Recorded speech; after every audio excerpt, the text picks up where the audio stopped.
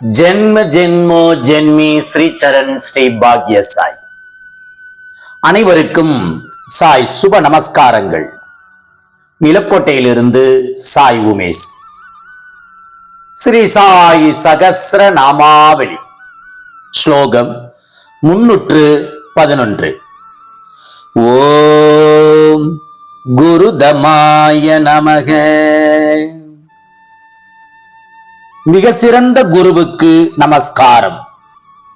ஒரு சிறந்த குரு யார்? தம்மை அண்டிய சீடன் வழிதவறி சென்று விடாமல் அவன் எப்போதும் நேர்மையான சீரான வழியிலேயே சென்று பலன் பெற செய்பவரே சிறந்த குருவாகிறார். தம்மை அண்டி வந்து விட்டவர்கள் தவறான வழியில் செல்லாமல் பாபா கண்காணித்து வந்ததை பல பக்தர்களுடைய அனுபவங்களில் இருந்து காணலாம். ஹரி விநாயக் சாடே என்ற பாபாவின் சிறந்த பக்தர் ஒரு சமயம் சீரடியில் ஒரு பெண்மணியின் வீட்டிற்கு சென்று தனிமையில் அவருடன் சிறிது நேரம் உரையாடி கொண்டிருந்த போது அவருக்கு மனதில் தவறான எண்ணம் சபலம் தோன்ற தொடங்கியது. சரியான நேரத்தில் அங்கே வாயில் கதவின் அருகே பாபா தோன்றி அவருக்கு ஏதோ சமிங்கை செய்ததாக அவருக்கு தோன்றியது.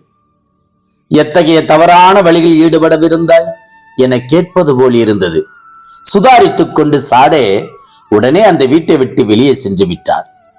ஒரு பக்தன் சத்குரு சாய்பாபாவிடம் தஞ்சம் புகுந்து விட்டால் பாபா இன்றும் அவனை தீச்செயல்களில் இருந்து காப்பாற்றி நல்வழிப்படுத்தி வருகிறார்.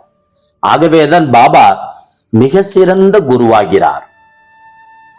ஸ்லோகம் 312. ஓம் ஹுக்யாய நமக. ரகசியமானவருக்கு நமஸ்காரம்.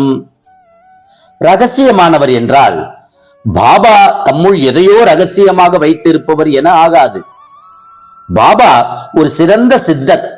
எல்லாவித சித்திகளும் அவரிடம் குடிகொண்டு இருந்தன. ஆயினும் அவர்தாம் அவ்வளவு சக்தி படைத்தவர், இறைஞானம் பெற்றவர் என்பதை காண்பிக்காமல் பாமர மனிதனை போன்று நடந்து கொண்டார். சிலர் அவரை பித்துக்குளி பக்கீர் எனவே எண்ணினார்கள். ஒரு சமயம் வாணியர்கள் விளக்கு ஏற்ற எண்ணெய் தராமல் தங்களிடம் எண்ணெய் இல்லை என்று பொய் சொன்னதோடு இல்லாமல் அவர் விளக்கு ஏற்ற முடியாமல் தவிப்பதை வேடிக்கை பார்க்க முனைந்தனர். அப்போது பாபா விளக்குகளில் நீரை ஊற்றி விளக்குகளை எரிய செய்தார். மக்கள் அப்போதுதான் அவரை ஓரளவு புரிந்து கொண்டனர்.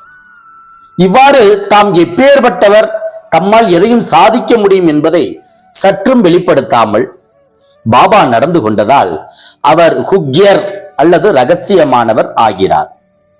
ஜெய் குரு சாய். நற்பவி சாய்ராமா. ஜெய் குரு தேவ தத்தா.